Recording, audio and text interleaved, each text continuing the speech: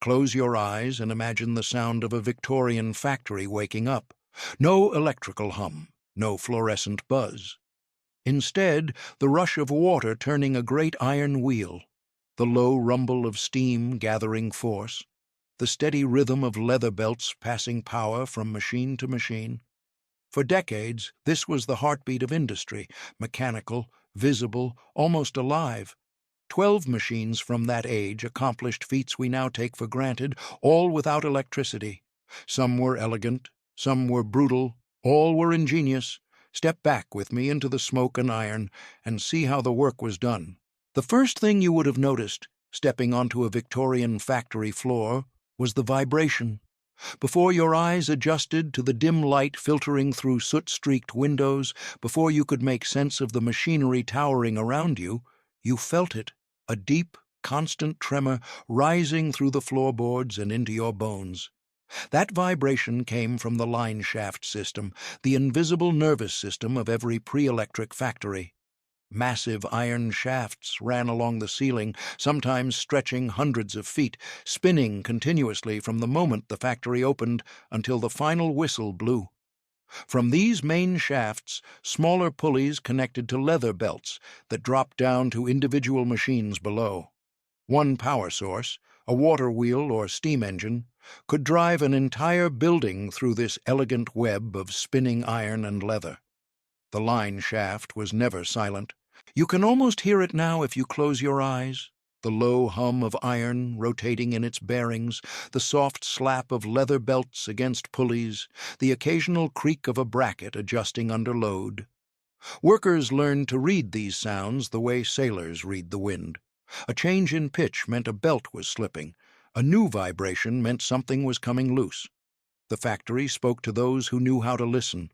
Millwrights, the specialized craftsmen who maintained these systems, moved through the building like doctors on rounds, checking tensions, applying oil, replacing worn leather before it could snap and bring production to a halt.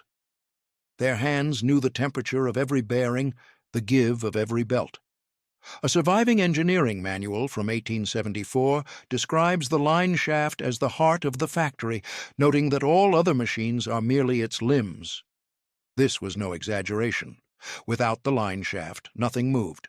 With it, a single steam engine could power dozens of machines simultaneously, each one drawing exactly the force it needed through the tension of its connecting belt. Standing beneath the spinning shafts, you would have seen the power flow downward into the first generation of production machines. Among the most impressive was the power loom, a device that transformed the textile industry and made fortunes for mill owners across England. Before the power loom, weaving was slow, human work. A skilled weaver might produce a few yards of cloth in a day. The power loom changed everything. Connected to the overhead line shaft by a single leather belt, it could produce more fabric in an hour than a hand weaver could manage in a week. The machine itself was a forest of moving parts, shuttles flying back and forth faster than the eye could follow, heddles rising and falling in precise sequence, the beater pressing each new thread into place with a satisfying thump. The noise was tremendous, a clatter so loud that workers developed their own form of lip reading to communicate. Yet within that chaos was perfect order. Every movement was timed, every mechanism linked to the next, in a choreography that repeated thousands of times each day. What strikes you looking at a surviving power loom today is how much of it was made from wood. The frames were often oak or ash, chosen for their strength and ability to absorb vibration. Iron was expensive. Wood was abundant. Victorian engineers used each material where it made sense, creating hybrid machines that combined the best properties of both. The result was something surprisingly warm, not the cold steel of modern machinery, but something that felt almost alive. Women and children often tended the power looms, their smaller hands better suited to threading bobbins and clearing jams. A single overseer might watch a dozen looms at once, walking the rows and listening for any change in the rhythm that signaled trouble. The work was relentless, the air thick with cotton dust, the heat oppressive in summer. Yet production records show remarkable output. Some mills ran their looms for 20 hours a day, pausing only to change shifts and oil the bearings. If the power loom represented scale, the Jacquard attachment represented something else entirely: sophistication that seems almost impossible for its era. Named after its French inventor, the Jacquard mechanism used a chain of punched cards to control the pattern woven into fabric. Each card contained hundreds of holes, and as the chain advanced, metal rods either passed through the holes or were blocked, determining which threads would be raised for each pass of the shuttle. This was programmable manufacturing a century before computers. A weaver could produce intricate brocades, damasks, and figured silks simply by changing the card chain. The same loom that wove plain cotton in the morning could produce complex floral patterns by afternoon. Factory records describe card chains, hundreds of feet long, carefully stored and labeled, each one representing weeks of design work translated into punched holes. The Jacquard mechanism made no sound of its own. Its movements were gentle, almost delicate compared to the slamming shuttle and pounding beater. Yet it controlled everything. Watching the cards advance, hole by hole, while complex patterns emerged in the fabric below, you understood that Victorian engineers had solved problems we tend to think of as modern. They found ways to store information, to automate decisions, to separate design from execution, all without a single electrical component.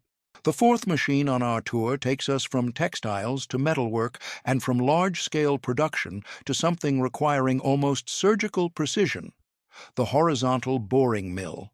This device could drill perfectly cylindrical holes through solid iron, holes so accurate they varied by less than 1/1000th of an inch. Steam engines depended on this precision.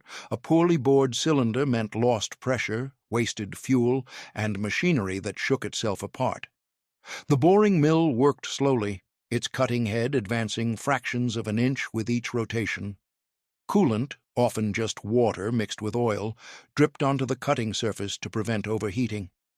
The operator watched carefully, adjusting the feed rate based on the sound of metal cutting metal. Too fast, and the tool would overheat and lose its edge. Too slow, and production fell behind schedule. You can almost smell the mixture of hot iron and cutting oil that hung in the air around these machines. The floor beneath the boring mill was always stained dark, a permanent record of the thousands of holes drilled over decades of service. Apprentices learned by watching, then by assisting, then finally by operating under supervision. The knowledge passed from hand to hand, generation to generation, in a chain as continuous as the line shaft spinning overhead. From precision we move now to raw power, and few machines embodied Victorian industrial might like the steam hammer.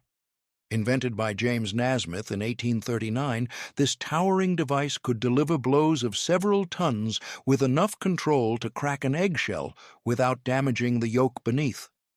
That combination of overwhelming force and delicate precision made it essential for heavy forge work, shaping the massive iron components that built bridges, ships, and the railways stretching across continents. The steam hammer worked on a simple principle. Steam pressure lifted a heavy iron block, the hammerhead, high above an anvil, then released it to fall with devastating force. But the genius lay in the control.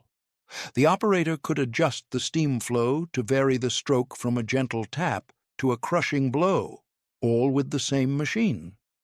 Watching a skilled hammerman work was like watching a conductor lead an orchestra, every motion deliberate, every strike precisely placed. The heat around the steam hammer was extraordinary. Forge workers wore leather aprons and kept their faces wrapped against sparks that flew like fireflies in the darkness. The iron they worked glowed orange and white, soft enough to shape, but hot enough to burn through flesh in an instant. Men lost fingers, hands, sometimes more. Factory records from Sheffield list injuries with clinical detachment: crush wounds, burns, amputations. Yet the work continued because the work had to continue. The empire needed iron, and iron required the hammer. Standing near a working steam hammer, you felt each blow in your chest before you heard it. a physical concussion that rattled teeth and shook dust from the rafters. The rhythm varied depending on the work. Rapid light blows for drawing out a bar, slow, thunderous strikes for welding plates together. Experienced workers could identify what was being forged just by listening from across the factory floor. If the steam hammer shaped metal through brute force, the sixth machine on our tour transformed manufacturing through something more subtle: multiplication of effort. The turret lathe allowed a single operator to perform complex machining operations that previously required multiple setups and skilled adjustments. A rotating turret held several cutting tools at once, each one positioned for a different operation. The operator simply advanced the workpiece, indexed the turret to the next tool, and continued, roughing, finishing, threading, and parting in a single clamping. This was the machine that began to change the relationship between worker and craft. Before the turret lathe, a machinist needed years of training to produce complex parts. With it, a worker could be productive in weeks, following predetermined sequences rather than relying on hard-won judgment. Factory owners celebrated the efficiency gains. Machinists watched their specialized knowledge become embedded in iron and steel, their skills transferred to the machine itself. Production records from the 1880s show the shift in stark numbers. Shops that once employed 20 skilled turners could achieve the same output with 8 operators running 8 turret lathes. The displaced workers found other employment or they didn't. Progress had a human cost, even when that cost went unrecorded in the account books. Between the glamorous machines that shaped metal and wove fabric stood quieter devices that kept everything running, machines so essential they became invisible through familiarity. The grease cup was one such humble necessity. This simple device, little more than a small reservoir mounted above a bearing, delivered lubricant at a controlled rate through wick or gravity feed. Without it, the line shafts would have seized within hours, their iron-on-iron contact generating enough friction heat to warp and bind. Every factory employed oilers, workers whose sole job was to walk the floor, checking grease cups, refilling reservoirs, and applying lubricant to points the automatic systems couldn't reach. They worked in constant motion, climbing ladders to reach overhead bearings, crawling beneath machines to service hidden joints. Their hands were permanently stained, their clothes saturated with the smell of tallow and mineral oil. A photograph from a Manchester mill in 1891 shows an oiler posed beside his cart of lubricant cans, his expression neither proud nor defeated, simply present, doing work that had to be done. The seventh machine served a specific industry that touched nearly every literate person in the Victorian world: printing. The flatbed cylinder press could produce thousands of impressions per hour, far exceeding anything possible with hand-operated equipment. A heavy cylinder rolled across a flatbed of type, pressing paper against inked letters with even, consistent force. The motion was hypnotic, back and forth, while sheets of paper fed in blank and emerged carrying news, novels, and the accumulated knowledge of civilization. The press room had its own particular atmosphere: the sharp smell of printer's ink, the rustle of paper, the mechanical rhythm of cylinders rolling and beds sliding. Press operators developed an almost musical sense of timing, feeding sheets at precisely the right moment to catch the advancing grippers. A mistimed feed meant a crumpled sheet, wasted ink, and lost production. What made the flatbed cylinder press remarkable for its era was the registration, the ability to print multiple colors in perfect alignment. Each color required a separate pass through the machine, and the paper had to land in exactly the same position each time. Victorian printers achieved this through careful mechanical adjustment and an almost obsessive attention to detail. The illustrated magazines of the 1890s, with their precise color lithographs, represented the pinnacle of this craft. The eighth machine takes us to one of Britain's defining industries: brewing. The mash tun converted malted barley into the sweet liquid that would become beer, and Victorian engineers built these vessels on an industrial scale. A large brewery might have mash tuns holding thousands of gallons, heated by steam coils and stirred by massive mechanical rakes that kept the grain bed from compacting. The brewing process demanded precise temperature control. Too hot, and the enzymes would die. Too cool, and conversion would stall. Without electronic sensors, brewers relied on thermometers, experience, and the color and taste of samples drawn at regular intervals. The mash room smelled of warm bread and earth, a sweetness that hung in the humid air and clung to clothing for hours afterward. Victorian brewery records show remarkable consistency despite the manual controls. Master brewers maintained notebooks spanning decades, recording temperatures, times, and outcomes with scientific precision. Their knowledge was empirical but rigorous. They had discovered through observation what chemists would later explain through theory. The ninth machine seemed almost impossible for its era, the hydraulic accumulator. This device stored energy in the form of pressurized water, allowing factories to deliver enormous force on demand without the delay of building steam pressure. A heavy, weighted ram pressed down on a water-filled cylinder, maintaining constant pressure in a network of pipes that could reach throughout the building.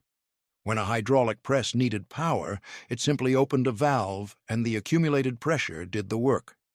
The accumulator towers were landmarks in industrial districts, tall brick structures housing the weighted rams that provided pressure to everything from dock cranes to cotton presses. They worked silently, invisibly, their contribution unnoticed until the pressure dropped. It's hard not to miss this ingenuity. Section 2 of 3.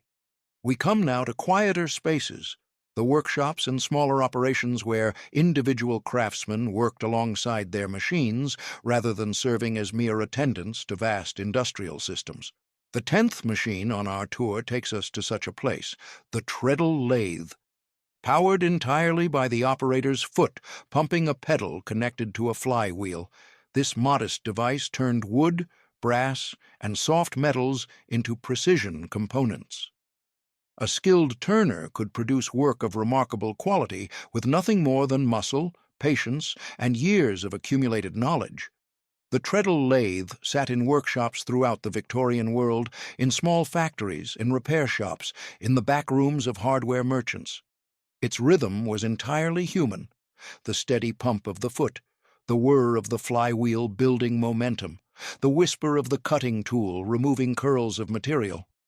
There was no steam, no spinning line shafts overhead, just a man and his machine working together in a kind of mechanical conversation. A museum piece in Birmingham still demonstrates this craft. Visitors watch as a turner shapes a brass fitting, his foot never breaking rhythm, his hands guiding tools with unconscious precision. The work is slow by modern standards. A CNC machine could produce the same part in seconds, but watching the process, you understand something about the relationship between worker and work that efficiency calculations cannot capture. The treddle lathe required the operator to develop physical endurance as well as technical skill. Hours of pumping built specific muscles. The motion became as natural as walking. Young apprentices complained of aching legs for weeks until their bodies adapted. Old turners developed a characteristic stance, one foot forward, slightly crouched, ready to pump. The work shaped the worker as surely as the worker shaped the material. The 11th machine marked a transition, a bridge between the purely mechanical age and the electrical future that would soon transform everything. The gas engine appeared in factories during the 1880s, offering power without steam boilers, without the need for constant water supplies, without the massive infrastructure of earlier systems. A gas engine could be installed in a small workshop and started with a simple crank. It represented independence from the centralized power of mill owners and factory masters. These engines ran on coal gas, piped through city streets, or on petroleum derivatives for more remote locations. They coughed and sputtered compared to the smooth operation of steam, but they worked. Small manufacturers who could never afford a steam plant suddenly had access to mechanical power. The gas engine democratized industry, spreading capability outward from the great factory districts into ordinary neighborhoods. You can almost smell the exhaust, that particular mixture of burnt gas and hot oil that hung around these engines during operation. The sound was different, too. Not the steady hiss and rhythm of steam, but an irregular popping and clattering that seemed almost alive, almost unpredictable. Engineers who had grown up with steam found the gas engine uncouth, unreliable, lacking in dignity. They were not entirely wrong, but the gas engine didn't care about dignity. It cared about working, and it did. Factory records from the 1890s show gas engines appearing everywhere, in bakeries powering dough mixers, in print shops driving small presses, in workshops running grinding wheels and drill presses.